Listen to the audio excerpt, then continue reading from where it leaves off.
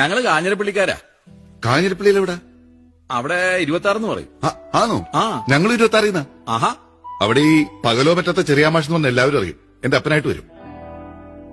മാമച്ചനല്ലേടാ നീ? അതെ. എങ്ങനെ അറിയാം?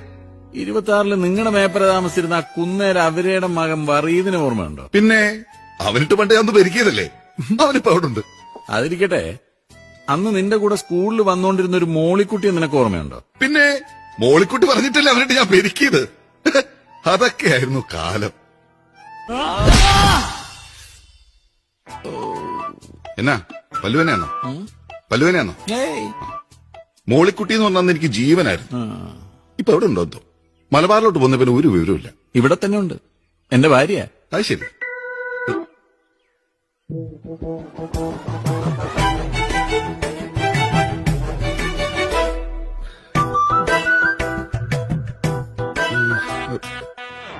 അപ്പൊ ഈ വറീത് ഞാൻ തന്നെയാ. അടിപൊളി.